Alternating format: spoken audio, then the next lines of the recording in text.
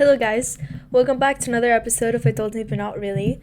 Today's episode, if you read the title, it was kind of anticipated. Not really. We kind of knew this was going to happen. We knew I was going to make an episode on this. We knew that I was going to reminisce on this. We knew that I was going to rant about this. We knew that I was going to make this into a whole episode. We knew that I was going to get as much content out of this as possible. Because I love overthinking my life. And I love dramatizing my life. And I love being very emotional and what's the word? I guess I already said reminiscing, but I like to overanalyze my life.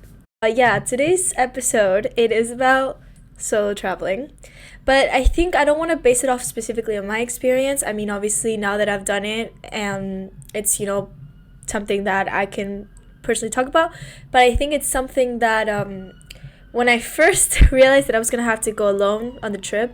Wait, there's an ambulance coming. I realized how loud my street is the other day when I was trying to record a project for my uni, my final project, and I kept trying to record, but I couldn't because ambulances keep passing by and it just wasn't doable. And whenever I edit this, I have to cut out 20 minutes of ambulances coming in and out. So somehow one always makes it into the podcast.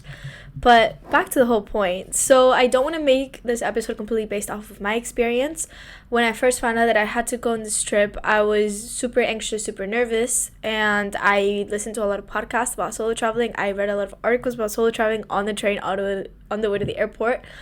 I even did some research after it because I was okay, I feel like I should have gotten a more profound experience from this, a more profound life altering realization. And although I did, and we'll get into that, into all the pros that I felt emotionally from it, and not spiritually because I'm not really spiritual, but I guess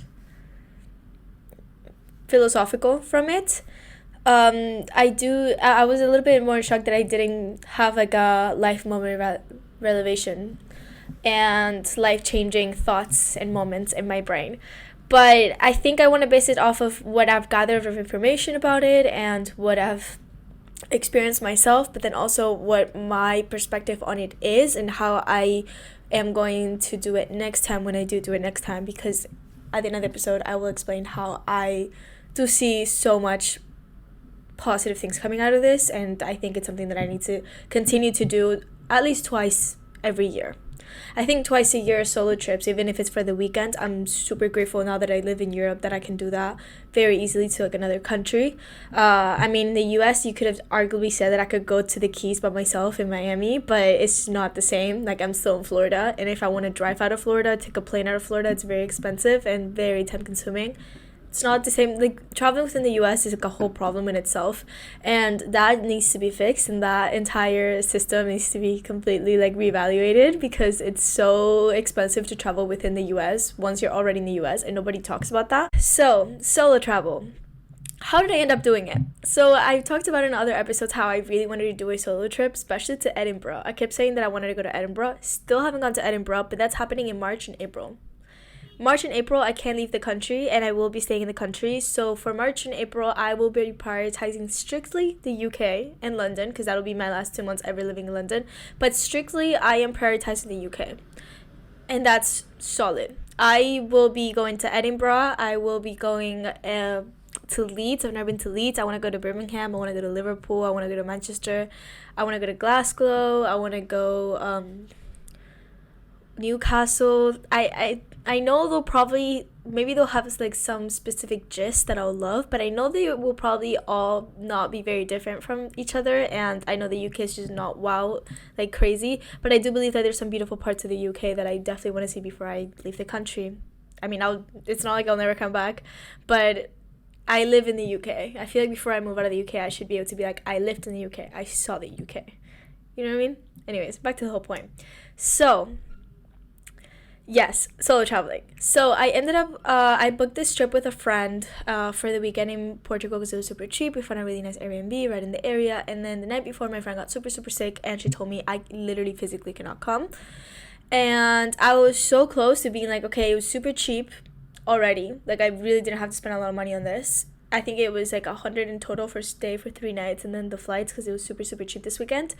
And I was like, okay, I'm really not losing a lot of money. Like maybe I'll just stay home. Like it's fine. And then I thought about it, and I was like, no, I'm a firm believer that that everything happens for a reason, and that I was put in that spot for a specific reason, and I needed to do this. And I realized how I had been so overwhelmed and so stressed the past 3 weeks because I had a change of routine. I started a part-time job, and then I kept having so much like overthinking for post-grad and what I was gonna do and what I should do with my months and visa problems and just so much that I felt so overwhelmed the entire time. And I realized that maybe I just need a break. I also had a lot of assignments, so it's like maybe I need a break, maybe I do need this. And I thought about it, and I was like, the Airbnb is really nice, it's sunny, it's supposed to be warmer than London. I mean, it was warmer than London. Worst case scenario, I go by myself and I have a chill weekend in a nice Airbnb, and I can walk around the port, because if I know something about myself at that point in time is that I'm very comfortable walking in places by myself, because I do it all the time in London, in Miami, and in Canarias, and I'm just so used to walking in cities by myself, even in new places. So I was like, okay, worst case scenario, I know I'm comfortable with that, and the Airbnb is nice. So worst case scenario, that'll be my weekend, like if I don't want to go and do stuff by myself, I don't have to. Then once I got to Portugal, I have this thing. I have this like really, it's good and bad at the same time. It was good for this specific experience, but it was bad in general when I have people visiting me in places, because I tend to overstimulate them, because I'm like, you paid money to be here. I need you to do everything and anything possible in this place, because I want you to get your money's worth, and I want you to experience everything, because you don't know when you'll be back. I don't know why I have that mindset, but I have that mindset of like, you need to be doing everything and anything possible. So whenever a friend comes to visit London, I plan out to every detail, like everything that we do, and I make them walk so much, and I'm like, okay, we need to walk, we need to get places, I need you to see this and this and this and this, and then this and this and that. And then I feel really bad if they don't see everything. It's like a guilt. I don't know why I have this guilt of like, you need to see everything. And I do that in Canarias. I did that. I've done that multiple times with my friends in Canarias, where I'm like, I need you to see everything. If you leave this island without seeing everything, I will feel guilty myself, even though I've seen everything already. So I don't know why. So when I got to Portugal, I felt like that within myself. I was like, you are in a new place, new country. I've never been to Portugal before. And you're gonna leave this country without having any of the normal food here, like the traditional food, and without seeing anything in this town. That just feels so wrong. It's like, yes, I can say I've been to Portugal, but you were in the Airbnb the entire time. It just seems like a waste of money and a waste of time to travel all the way here and not even see anything. And I told myself, I'm gonna do everything. Lucky enough, it wasn't too overwhelming, because it was such a small beach town, and I it wasn't too overcrowded. It was very quiet and peaceful, and it reminded me a lot of the Canary Islands, and it seems like a summer place. So it was very very relaxing. I was very very glad, because it was a good ease into solo traveling, because the restaurants were packed, so I would be able to ask for a table by myself, which I've never done that in my life. And I would sit there with my book, having my coffee, having my food, and then I wouldn't feel too awkward, because it wouldn't be packed, so it's not a lot of people talking around me, and like socializing, and then me like in the middle of the restaurant by myself. It was actually a lot of solo travels as well. Would see a lot of like people by themselves eating and sitting by the sunset in like a bench reading their book. So I didn't feel out of place, weirdly enough. And I got the gist of the public transportation so fast, because it's so close to Andalusia, Faro. A lot of people spoke Spanish, at least like that's my theory on why they spoke a lot of Spanish. Also Portuguese and Spanish, like you can kind of understand each other. So yeah, the bus drivers, actually like 2 of them were Spanish, so they would talk to me in Spanish. And I took the bus to the beach, like a little island, like 40 minutes off of the city for one day. I spent a day walking the entire beach, went to a cafe by myself, then went back. I had sunset walks every single night. I generally did not think that I was capable of doing this. In fact, the night before I even left for the airport, I could not sleep. I lost a lot of sleep. Whenever I had to leave the room, I had so much anxiety, because I was like, I don't know what's gonna happen. It's so silly, but my anxiety comes up in such weird ways.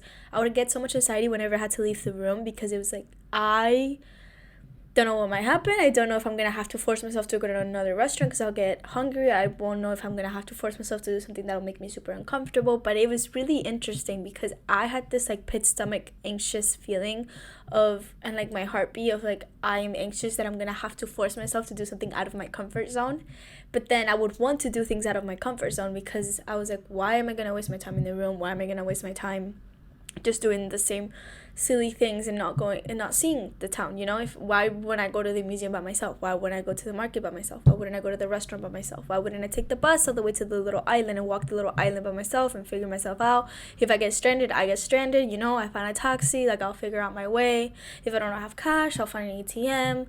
Like there were so many things, the little things that I was so anxious to experience right before I went out of the room, knowing that I think it was one morning that I was super super hungry, and normally when I'm traveling I don't really have breakfast. I have coffee and then I'll have like a nice lunch, and I woke up super hungry and I was like, no, I'm gonna wait till lunch, like I'll go get a lunch at this restaurant. And then I thought about it, I was like, no, I'm really hungry right now. And I was so anxious to leave the room, but I was like, no, I am going to go to the cafe right in front of the Airbnb. I'm gonna sit by the terrace of that cafe and I'm gonna have my coffee with my book. And it's so interesting because it's really not far off from what I do in London. I go to cafes in London by myself all the time to work, but I don't understand what's the difference, why my body and my mind feels such a difference between going to a cafe in Portugal just with a book instead of a computer.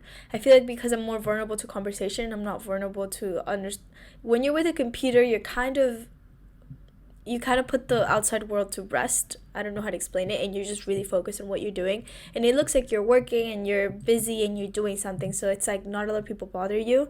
But then when you're reading, I mean, yes, I'm super into my book and I'm really, really immersed in it. But at the same time, I feel like I'm more vulnerable, quote unquote, to people coming up to me and making conversation with me. But then at the same time, I actually wish sometimes that people would have come up to me and talk to me. In fact, there was twice that two people came up and talked to me. Out of my entire first summary of the entire trip, which if you want to go more in depth into what happened, there's a blog, which I don't know if it'll already be up or if I'll just upload it next week, so stay tuned for that if that hasn't been up yet. It's that I'm much more independent than I thought I was. I've always considered myself an independent person. I did a whole episode on it, but I've always thought there were certain things that I was very nervous for. For example, silly little example that I found out that I had during the trip, I was like, if I did this is so stupid. I need to get over this fear, which is going to the gym at peak time. So my local gym is basically underground of a corporate building, so there's a lot of finance bros.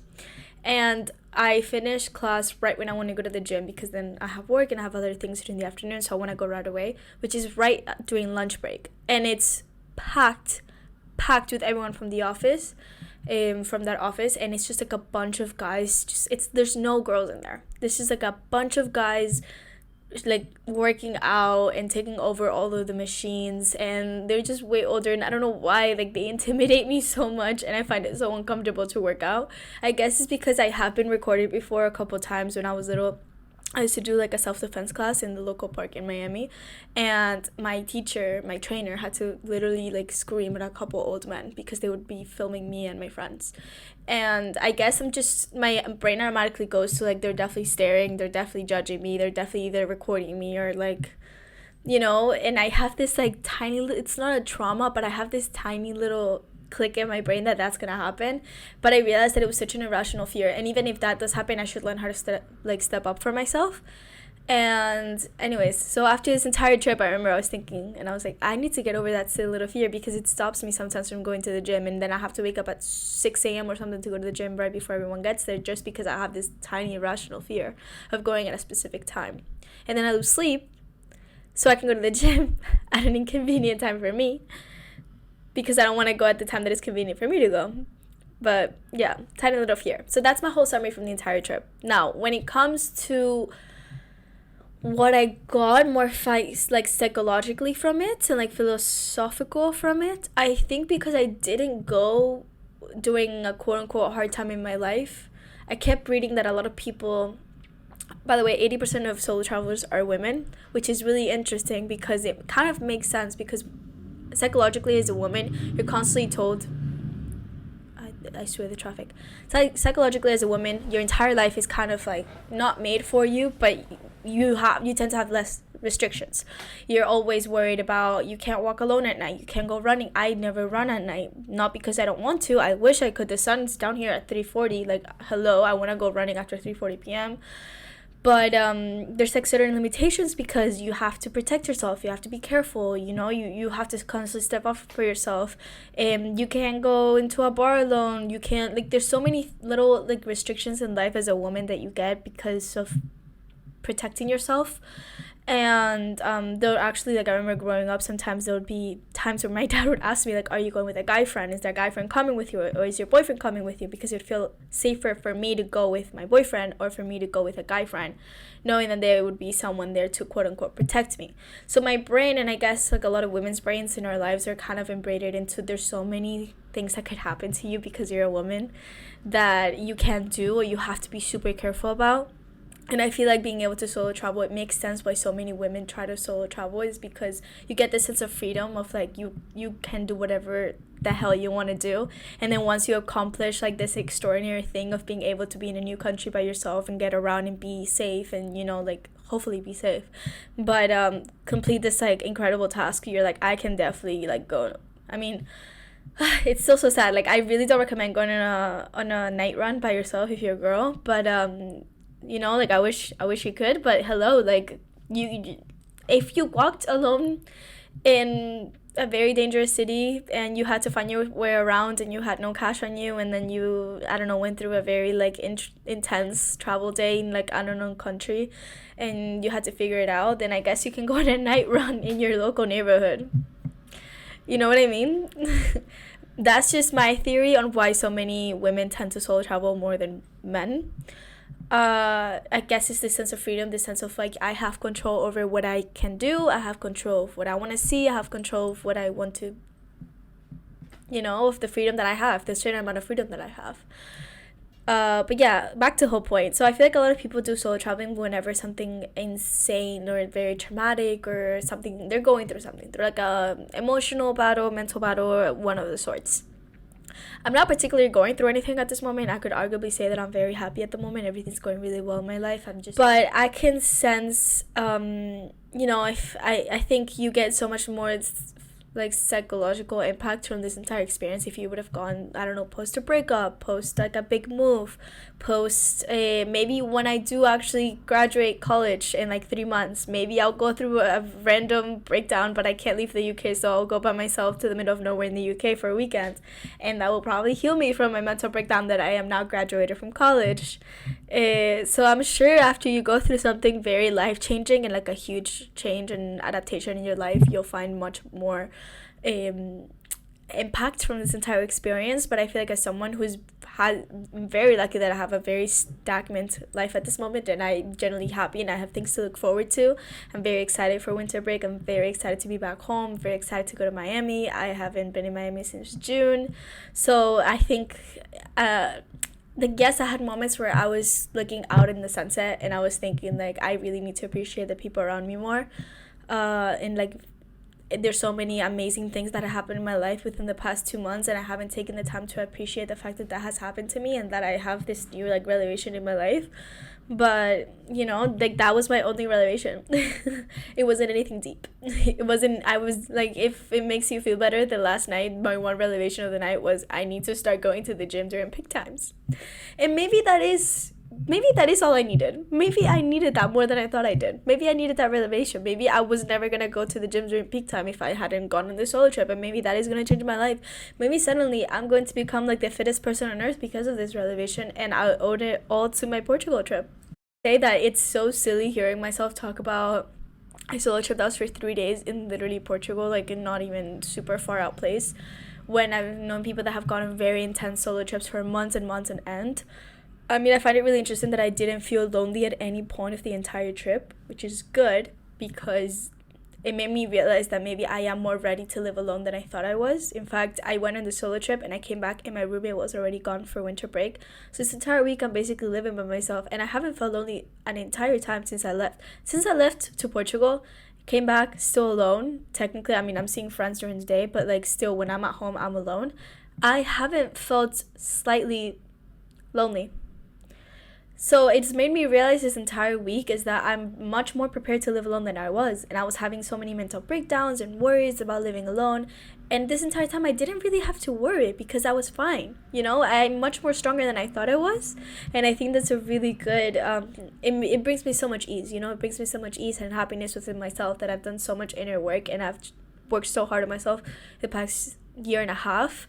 I was so dependent on a person like more than a year and a half ago, and the fact that I'm able to put myself in a situation so many times throughout this more than year and a half where I've put myself in such many like uncomfortable situations and pushed myself out of my comfort zone so many times that it's made me grow so much to the point that I genuinely think I can try living alone again, and I think I would thrive. I think actually it might be best for me to live alone next year.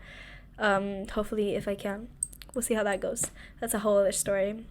But yeah, so when it comes to anxiety, because I think this is very interesting. So I did mention the fact that the night before I had a lot of anxiety, and the first day I had a lot of anxiety, and whenever I came out of my room, I had so much anxiety, but then it would go away the first like 10-20 minutes that I would be out of the house.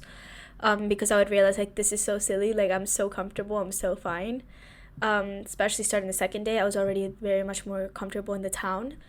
But I think it generally healed my anxiety. I had really, obviously you cannot just heal anxiety in a weekend, but my anxiety has been very low throughout most of the year, and then I would argue that the past 2 months it's been very, very high. I think it reached like a really high point about the past like 3 weeks. It reached like a really, really high point. Everyone around me was feeling it, you know. I was constantly in a rush. Like I would have to turn people down for hanging out because I was so overwhelmed with things that I could not even tell you what I was overwhelmed about. So I felt like I had to be home and on my computer and doing stuff and figuring my life out, but then I would be so emotionally exhausted and so physically exhausted from doing so much in the day that I wouldn't have like the energy to see friends. And it was draining me in so many areas, and I was so anxious, and I wasn't sleeping right, and I was losing a lot of sleep. And I generally think, yes, I felt like there would be times during this whole trip that I was like, I wish I could just not feel anxious whenever I left the room.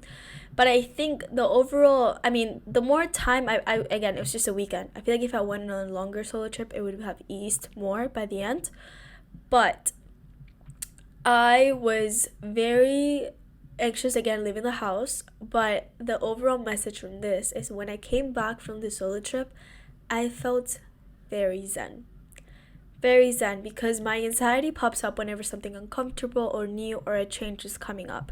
Even though I'm very used to change, especially again within the last year, how my parents are moving out, I moved out of my completely, I've already moved out, but I completely moved out, mentally checked out that I don't live in Miami anymore, and I moved all my stuff between my grandma's in the Canary Islands and in London. In fact, I think of my primarily home base as London right now and not Miami. So it's very much, it felt like I made this big move in my life.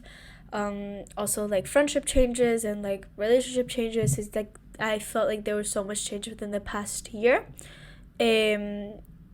And that can spark up anxiety, the unknown. Actually, I've pushed myself out of my comfort zone in London so much. I think this is why also I was so good during the solo trip and I didn't even notice it. It's because in London I do things by myself all the time that I've grown so comfortable within my own company. But I thought that it was just because I've gotten so used to London.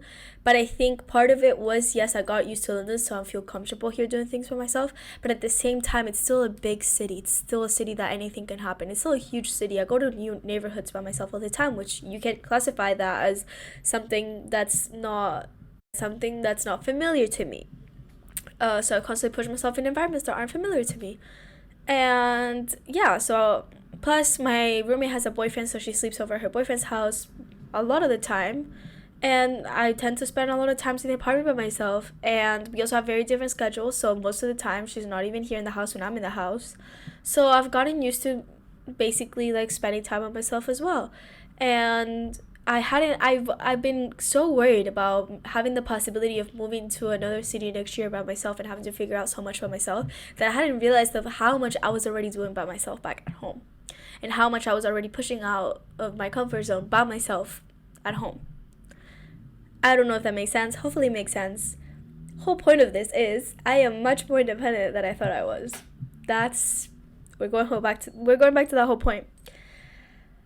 But yeah, so I don't want to make this episode much longer than this, but the whole point of this entire episode that I wanted to make is that I am ready to do this another time. I'm ready to do it again. I'm ready to do it for much longer. I mean, in May, by the time this is out, I probably have already convinced my parents, and I've already stated the fact that this is happening, whether they like it or not, is that I'm going to Korea in May for a month and like a week, to fully finish my Korean language studies, like fully like become fluent, because I am intermediate level and I feel like I've lost a lot of my vocabulary, but I feel like I could definitely tackle that language, if I just spend like a good month just immersed in Korea. And I've never been, and I've always wanted to go, and I genuinely think it's something that will fulfill me in life, and it's a long-lived dreams of mine. And I would go by myself. I would go with a group over there, but not with a group over there, but I would stay at like a homestay, and then there's like a whole program that I found that I want to do over there, but no one else is doing the program with me. Like, I'm kind of relying on my social skills to make friends in that program once I get there. But I think I will be fine. I'm really not worried about myself. I think it'll be amazing. I think I have full trust in myself that I'll be fine. And it's only a month and a week. So if anything, I'll just explore Korea by myself. But we all know that I'm social enough to make friends and to enjoy my time there. But yeah, so I think that'll be my first big like month-long quote-unquote solo trip, even though I wouldn't classify that specifically as solo trip. But who knows, at this point I don't even know what to classify, because if we classify solo trips as like going somewhere by yourself that's new and then staying with someone that you haven't met yet and getting to know them there and stuff, then you can classify as the first time I ever went to Barcelona as a solo trip, because that's what I did. I've never been to Barcelona before, and I flew there and I stayed with a family that now I'm super close with, but before I didn't know them at all. I didn't even know what they looked like when they picked me up from the airport. And I've never been to Barcelona by myself, and I stroll all around Barcelona by myself. So if you want to classify that as solo traveling, then I guess that was my first time ever solo traveling, which was, like really out of my comfort zone. But I would completely and utterly, like, this would be my first ever solo traveling excursion. But yeah, hopefully you guys, and it made sense. Hopefully you guys enjoyed this week's episode. I am done talking about solo traveling. I know this is like the second video. If the blog's already up, this is probably the second video. I don't want to mess around with it anymore longer and oversaturate this topic. But yeah, I have so many more thoughts about this, but I don't want to make it longer than 30 minutes. And I hope you guys enjoyed this week's episode, and we'll see you guys next week. Bye.